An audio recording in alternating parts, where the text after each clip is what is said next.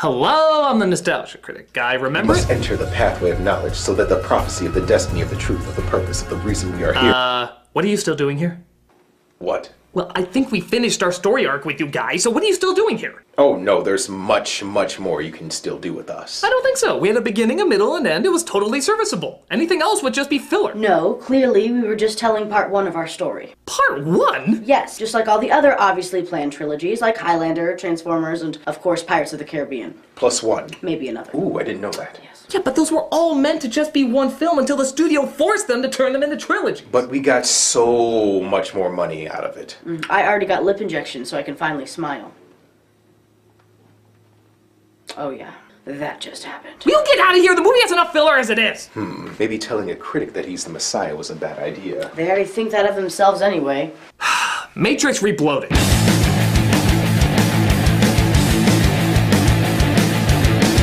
After the surprise popularity of the first film and seeing how many people were constantly paying homage to it, Warner Brothers felt they had a gold mine on their hands and felt the need to stretch this out into a trilogy. What followed was an impressive-looking spectacle that needed to throw in more of what made the first film so popular, including the bad shit. More endless speeches, more pointless fight scenes, more self-indulgent dialogue who, like Shyamalan, thinks sounds more epic if you don't use contractions. We do not wish to start a panic. Some of you do not. We did not know what happened. That is, of course, your prerogative. The meeting is over. You know why we are here. Seriously, writers, why are you so afraid of the apostrophe? Look at him, he just wants to make your sentences more practical. Where most Matrix fans would probably cream their pants for this, most of them actually were disappointed by it. Because, even for a Matrix movie, it connected practically none of it to a coherent story. Let's see if we can make sense to what was originally trying to be so blatantly obvious. This is The Matrix Reloaded. So the movie starts off by establishing a subtle atmosphere through build-up and mystery. Oh, Wachowskis, you made me come. Sir, we have a report of a dominatrix who somehow blew up a building with a motorcycle. Whatever you do, don't use your guns and pray she's not armed with a helmet. She is, sir. Thank God, help us all. I'm in. So finally they explain what's going on and... or just more of this bullshit.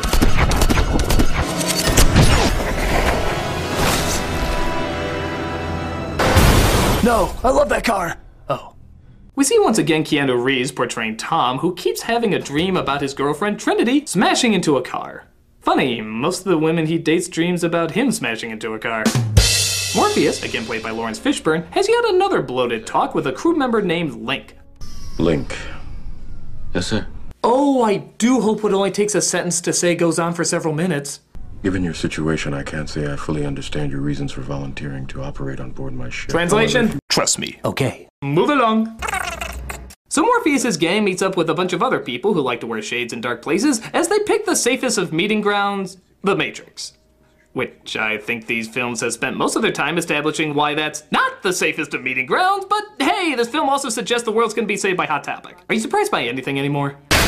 Speaking of which, here come the men in Bland. How you fellas? It's him. The anomaly. Do we proceed? Yes, he is still Only human. Let's do it. It's not even been 10 minutes and we're already on our third action scene. We're trying to top Sin City for most violence per minute. Still want to show off that I'm awesome. The power of Reeves compels you! Is Neo okay? Okay, shit. Morpheus, you should have seen him. Where is he now? He's doing his Superman thing. Well, if by Superman you mean spending a lot of money on a computer-generated bland psychopath who hurts more people than he saves, then yeah, that's a fair assessment. But don't worry, there's more buttloads of money this movie's budget wants to flaunt. Like, look at all these effects thrown into just the landing of their damn ship. Nebuchadnezzar, this is Zion Control. Maintain present velocity and stand by. Roger that, Control. Wait. You need to go into the Matrix just to push buttons? You need to go onto a computer to simulate going on a computer.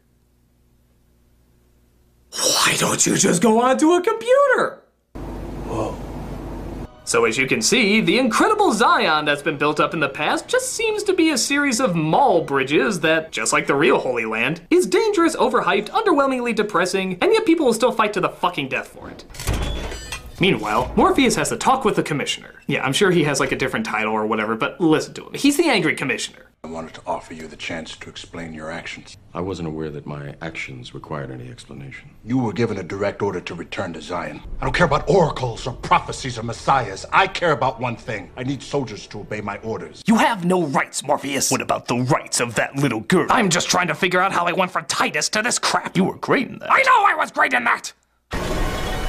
I stop. See you soon. Oh yeah, I forgot to mention. Remember how in the first film Tom and Trinity had no chemistry whatsoever? Well, in this one, they make up for that not by giving them things in common or personality traits to work off of, but rather just have them suck face whenever they have a second alone. It's really awkward. It's kind of like when Michael Jackson kissed Lisa Marie Presley. It's so forced and in your face that I think a school play of two kids kissing would be more believable. Tonight, let us honor these men and women. Let us remember those that have been lost. Now I would like someone else to close this prayer. I give you Morpheus. So Morpheus greets his sleeveless brethren and lets out a speech that's pretty much every movie speech you've ever heard in every movie. Let us be heard from red car to black sky. Tonight, let us make them remember. This is Zion, and we are not afraid! Tonight, we dine in our Independence Day! And of course, to honor the fallen dead Morpheus mentioned earlier, they break out the rave music and start fucking like jackrabbits. It's what their memories would have wanted. So nice to see this apparently religious ceremony is looking about as close to the imagery of hell as you can get. Of course, it doesn't help that there's even more of Tom and Trinity making out, and it goes on, I'm not kidding here, for almost 5 minutes. 5 minutes of this. Did you just look at a Wiseau production and say, fuck it, we can make it even weirder? Just add some wet dreads, mud, and back sockets? You're making the leathery stuff look normal. Oh, sorry. Much like the movie, it was all build up to a disappointing climax. Bogus. So after Burning Man 2.0, Zion apparently deserves its sleep after its religious fucking and tries to get some rest. Good night, Zion. Good night, sir! But little do they know that one of their men is about to get infected by a heavy dose of ham. Look, Smith will suffice. Agent Smith, played by Hugo Weaving, infects the real-life brain of the crew member, which, even by Matrix rules, I don't really get. Our flesh and blood can be hacked? But that doesn't matter much, as Tom is about to go see the Oracle. I can take you to her, but first I must apologize. Apologize for what? Gee, I don't know, a fight? What a shock! You do everything around here with a fight. I want to see my mother. Fight. I want to get some sugar. Fight. I want to fight. Let's have a philosophical conversation about what it means to be human. Good. I had to be sure. Of what? That you are the one. Could have just asked. No, you do not truly know someone until you fight them. So I should fight whoever I'm dating? He once again meets up with the Oracle on a park bench. Why don't you come and have a sit this time? Maybe I'll stand. Well, suit yourself.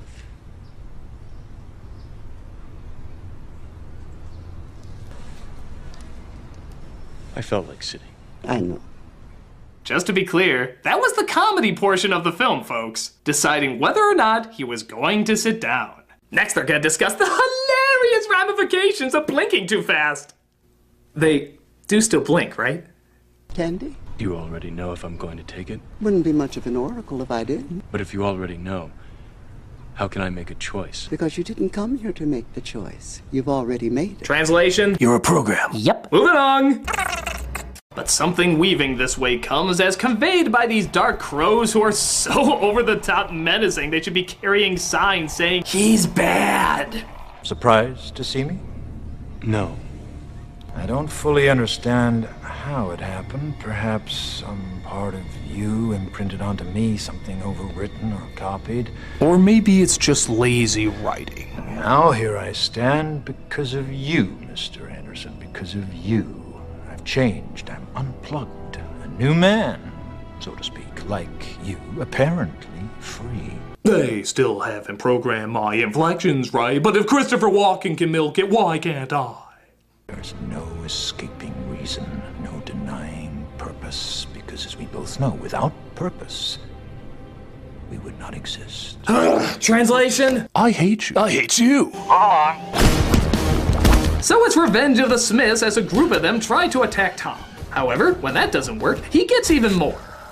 And when that doesn't work, he gets even more. And when that doesn't work, he gets more and more and more, and holy fucking shit. I should be bored by the fact that this is the 5th fight scene and we're not even halfway through the movie yet, but honestly, the access is just so batshit insane, it's actually kind of ridiculously fun. The fact that I'm seeing dozens of Hugo Weavings constantly get punched in the face like a whack-a-mole is fucking hilarious to me. I'm not gonna lie, I could watch it for hours. Just imagine him saying ow every single time he's smacked. Ow, ow, ow, ow, ow, ow, ow, ow. Of course we go into video game land again when the seriously dated CGI takes over. But even that's kind of funny when they pile on top of him like an army of cartoon ants. Why don't they just take on the shape of a big giant monster while they're at it? Waka waka, Mr. Anders. It is inevitable. Come on, get out of there. Don't make me raise my voice again.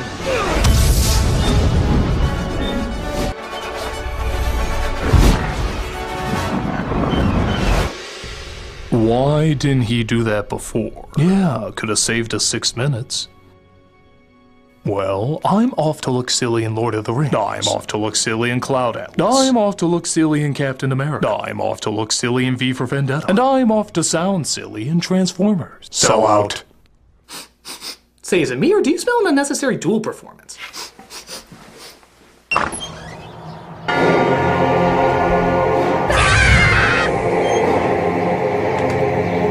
Nope. Mr. Alja Critic. Schmuck! Oh, please, that was the old me. The new me goes by Schmucker. Why? Because I'm such a cliched character and so easy to make. There's literally a Schmucker born every minute. Wow, you're good. Of course, with a name like Schmucker, I have to be good. A special shout out to the people over 30 who actually got that joke. We appreciate your viewership. Enough of this talk. What's your plan, Vulcanbrow? Well, it's funny you say that. We plan to teach you a valuable lesson for reviewing these films. You're gonna kick the crap out of me? Worse. We're gonna make philosophical speeches about why you shouldn't. Have you ever considered the purpose of life where you have to realize that maybe the movies that you were in fact purposefully watching? You see, if you think about life and why talk about perhaps there can be bits about why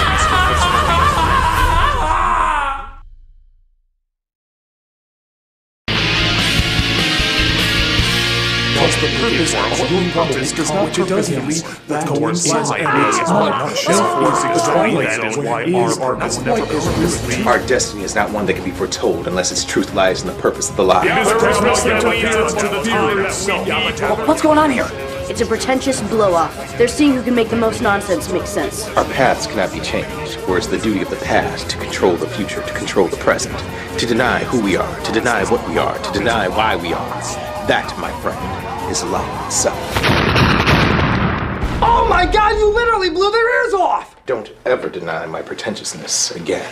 This is not over, Malcolmus!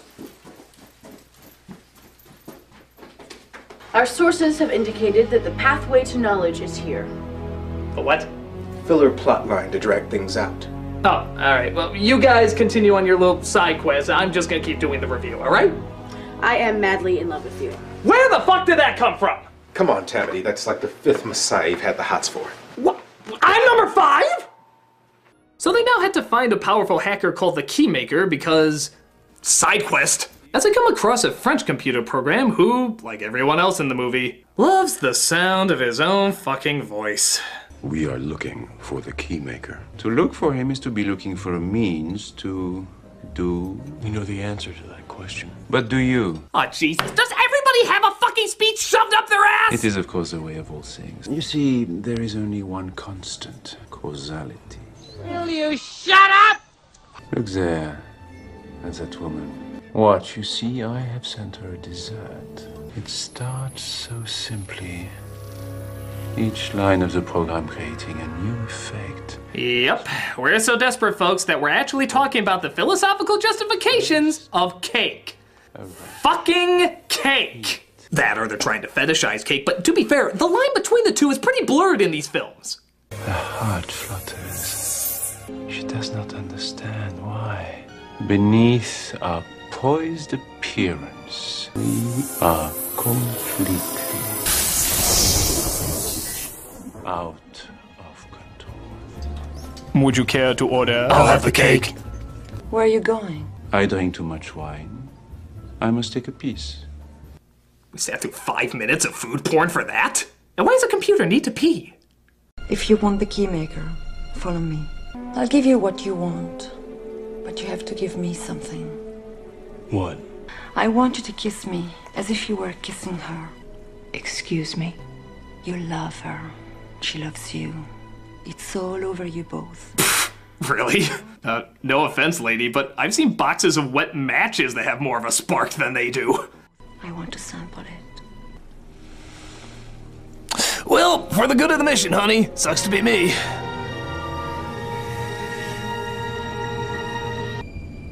Come with me. I thought I just did. So they find the keymaker, but get intercepted. This results in, yet again, more Kian food. You know, I'm just gonna make the crazy assumption he's gonna win this one again. Let's see, yeah. So let's just see what happens when he tries to follow Frenchie. Up, he uses his hacking powers to put him in the mountains. Meanwhile, Trinity and Morpheus try to escape Frenchie's so white they're transparent minions, as well as a slew of agents to get the keymaker to safety. And I'm not gonna lie, this is a really cool scene. Like, wow. This still really fucking holds up. The action isn't just kung fu and it isn't just computers, it's a good mix of car chase, gunplay, superpowers hand to hand, car, fu, and with pretty much all the important characters making an appearance. Well, Smith doesn't, but I think he made enough fucking appearances, don't you? The only problem, once again, like all of these movies, is how the hell is the Matrix still kept fucking secret after all this? Was every single one of these weird-ass occurrences explained by natural causes? And in other news, reports are flooding in of people jumping on cars, somehow destroying them, flying green albinos who can float through walls, sword fights on top of trucks, and a dozen instances of people defying the laws of gravity. Police reports say that it was the wind. But just when it looks like all hope is lost, Tom literally flies halfway around the world just in time to grab Morpheus and the keymaker. Alright, now this in my opinion is one of the biggest holes in the movie. Critic, we have found the pathway of knowledge. Oh, can't it? No, it can't. It's in the kitchen. We'll take the back way so that the agents won't suspect us. Too late for that, I'm afraid. Schmuck!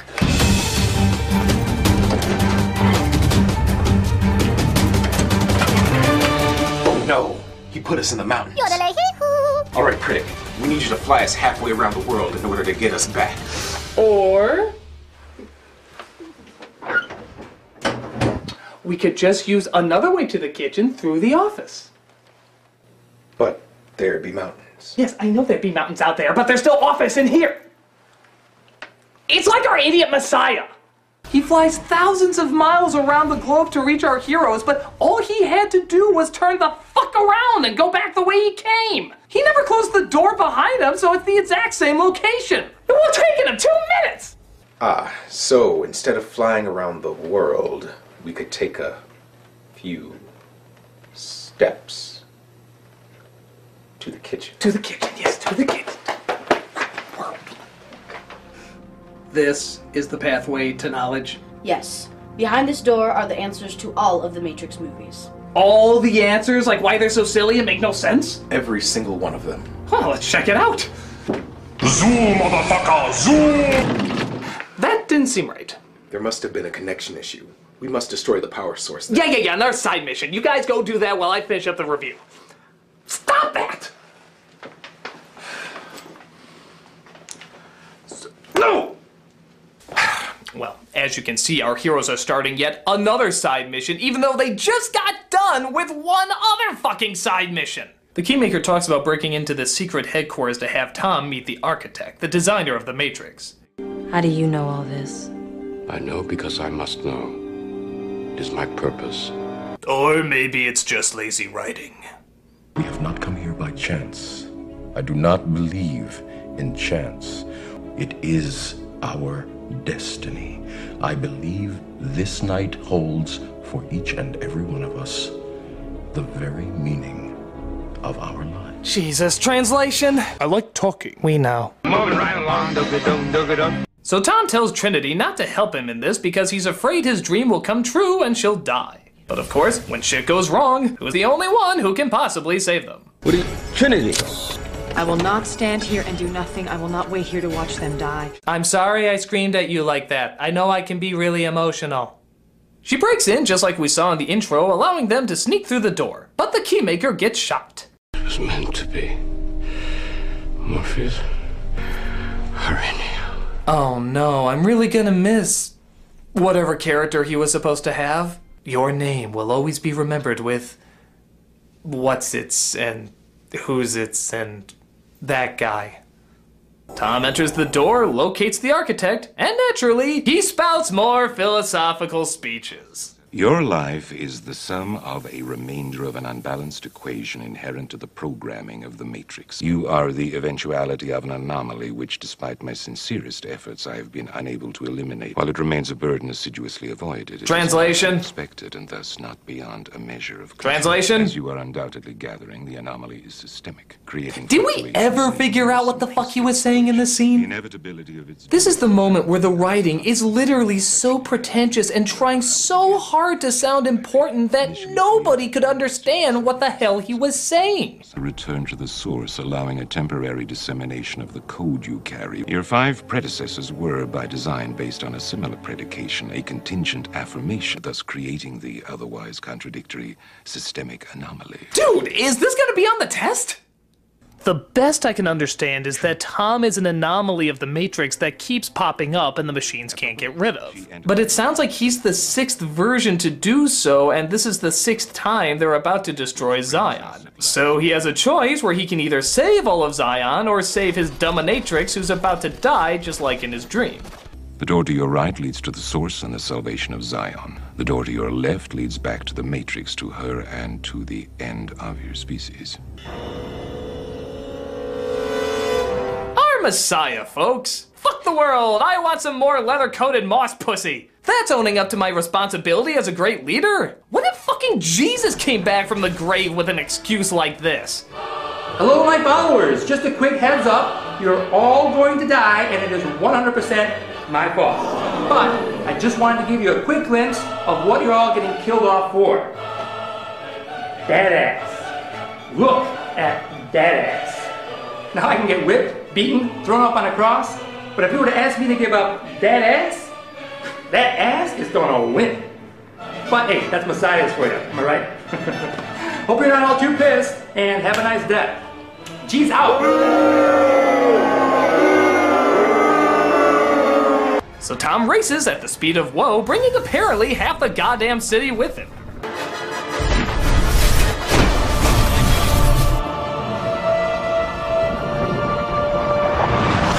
Another strange event today as hundreds of cars were blown across the city in the middle of the night, presumably killing several citizens and costing millions in property damage. It happens. But it looks like Tom is too late as Trinity bites the bullet and dies off. But death is more like a suggestion in these movies than a final destination. I'm not letting go. I can't. I love you too damn much. Oh yeah, you sound like it.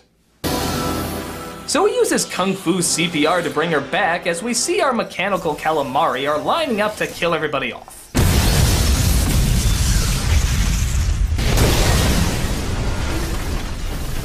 I have dreamed a dream, but nothing Now life has killed the dream I dreamed. Let's go, Morpheus. But Tom makes an interesting discovery. What the hell? Oh, wait. I think I see where they're going with this. I won't give it away now, but I'll tell you in a little bit. He passes out, and they find yet another ship to pick them up. But unfortunately, they have an unwelcome visitor on board.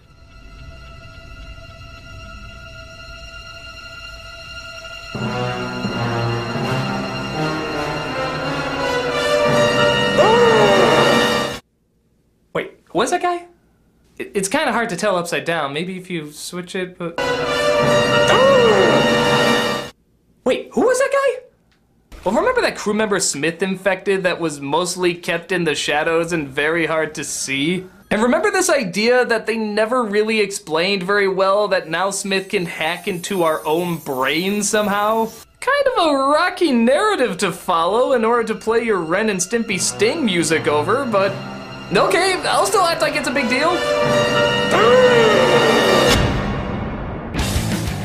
When I was younger, I actually liked this film more than the first one because of the access and because it was so over the top. It still had no character and the writing was laughably full of itself, but that's pretty much what I thought of the first one anyway.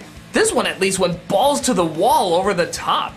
But I will admit, watching it again, I do realize at least the first film, for all its yapping, did keep focused on what it was talking about. This one is just all over the place, trailing off into conversations and fight scenes that have nothing to do with anything. So yeah, it is definitely worth the ridicule that it gets from most fans. Unless they're going where I think they're going with it. And if they are, I think they can actually save a good chunk of the series with it. And that, of course, is being... Hello? The pathway is open, critic. Discover the secret of the Matrix movies. Right.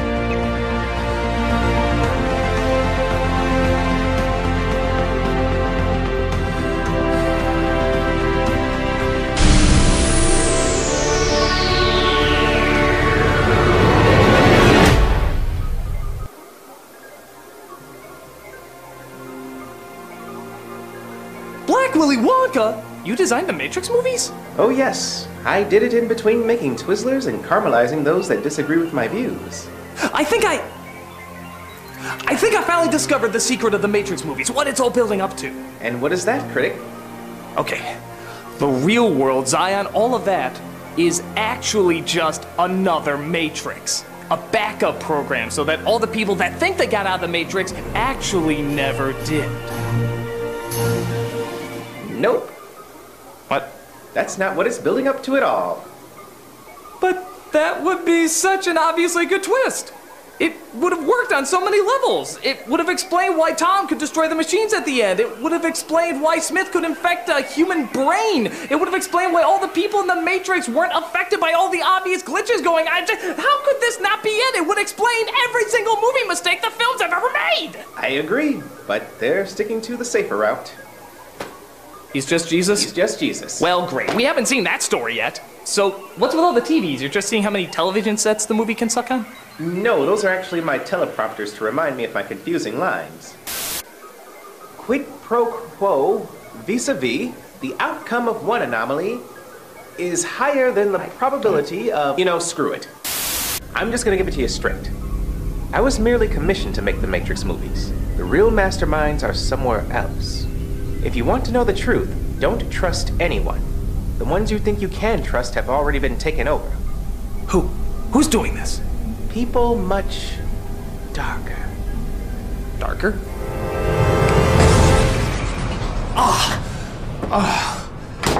So, critic, what did you discover? Well, I discovered someone else is behind the Matrix movies and I shouldn't trust any, but...